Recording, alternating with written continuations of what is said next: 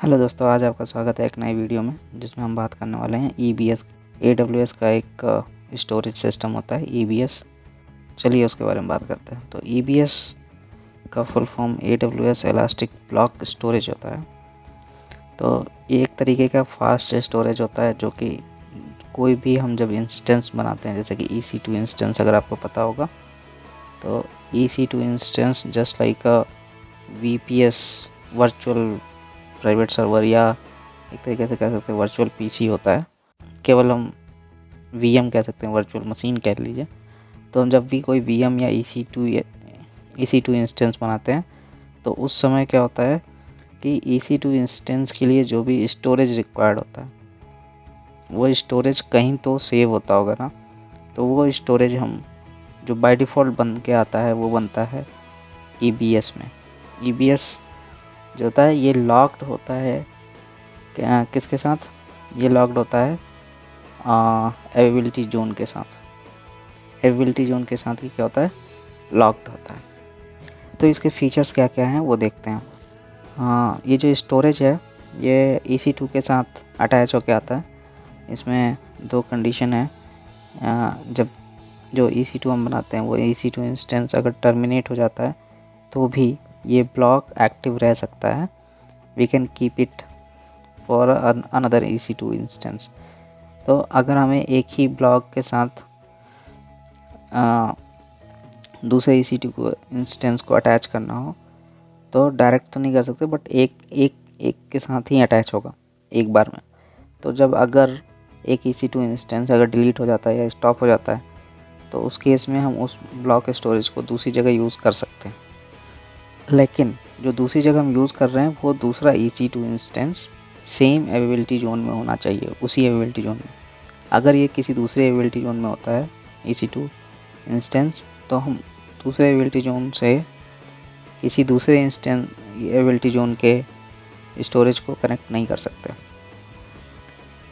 Performance की बात करते हैं तो इसमें मेनली 3 तरीके के अलग अलग परफॉर्मेंस वाइज स्टोरेज होता है, जिसमें GP3 GP2 जो जनरल पर्पज़ के लिए SSD यूज़ में आता है, या अगर आपको IPS इनपुट आउटपुट ज़्यादा चाहिए तो उस केस में हमारे पास IO2 IO1 है। अगर थ्रूपुट ऑप्टिमाइज चाहिए तो ST1 है। लो कॉस्ट के लिए भी कर सकते हैं। कोल्ड स्टोरेज काइंड ऑफ भी होता है जिसमें हम बड़ा स्टोरेज ले सकते हैं कम प्राइस में। तो बट इसमें रीड राइट फ्रीक्वेंसी जो होती है वो कम होगी, आप उतना तेज़ी से एक्सेस नहीं कर सकते। तो अलग अलग तरीके के स्टोरेज होते हैं, डिपेंड्स ऑन योर रिक्वायरमेंट। आपकी रिक्वायरमेंट क्या है? स्नैपशॉट्स में आप क्या कर सकते हैं? आप इसको आप इसका स्नैपशॉट बना के रख सकते हैं। आपको पता होगा कि AWS में एक किसी भी स्टोरेज या किसी भी सर्विस का हम स्नैपशॉट बना सकते हैं। वो स्नैपशॉट स्टोर कहाँ होता है?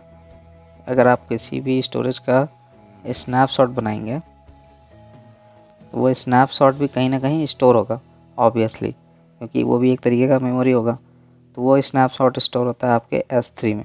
S3 बकेट जो होता है उसमें स्टोर होता है। ये आप क्या कर सकते हैं, किसी भी EBS का स्नैपशॉट बना के आप उसको रख सकते हैं।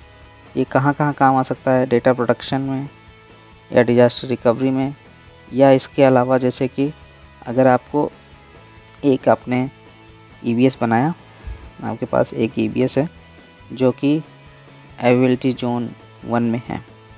अगर आपको दूसरा EC2 बनाना है, आप एक EC2 बना रहे हैं जो कि अवेलेबिलिटी जोन 3 में होगा, उस केस में आप इसका स्नैपशॉट बनाइए। और AZ3 में एक आप EBS बनाइए और इस स्नैपशॉट को रिकवर कर लीजिए। तब आप इस EC2 के साथ इस EBS को अटैच कर सकते हैं। तो ऐसे भी ये काम कर सकता है। बाकी इसमें सिक्योरिटी पर्सपेक्टिव से इनक्रिप्शन जो है कि कर सकते हैं आप। स्केलेबिलिटी ईज़िली अटैच हो सकता है, रीसाइज कर सकते हैं, डिटैच कर सकते हैं, और इसका जो वॉल्यूम है, ये सारी चीज़ें कर सकते हैं उसके साथ। यूज़ केस कहाँ कहाँ यूज़ होता है, ऑब्वियसली एक तो मैंने बताया कि EC2 आप यूज़ कर सकते हैं। दूसरा होस्टिंग डेटाबेस, अगर डेटाबेस होस्ट कर रहे हैं तो उसके स्टोरेज को अगर कहीं रखना हो। फाइल सिस्टम, ऑब्वियसली EC2 के साथ अटैच हो रहा है, फाइल सिस्टम ही है, ठीक है। Application requiring high speed block storage, obviously since it is a block storage, इसकी स्पीड नॉर्मल स्टोरेज से अधिक होती है, तो वो कर सकते हैं। एप्लीकेशन लॉग, अगर फ्रिक्वेंटली रखना हो तो फ्रिक्वेंटली चेंज हो रहा है तो वो कर सकते हैं। और डिजास्टर रिकवरी के लिए ऑब्वियसली आप स्नैपशॉट बना के रख सकते हैं। तो इन सब जगहों पे EBS, AWS elastic block storage, EBS elastic block storage. तो आई होप आपको EBS समझ में आया होगा। हम नेक्स्ट वीडियो में मिलते हैं नए टॉपिक के साथ। तब तक के लिए थैंक यू, बाय बाय।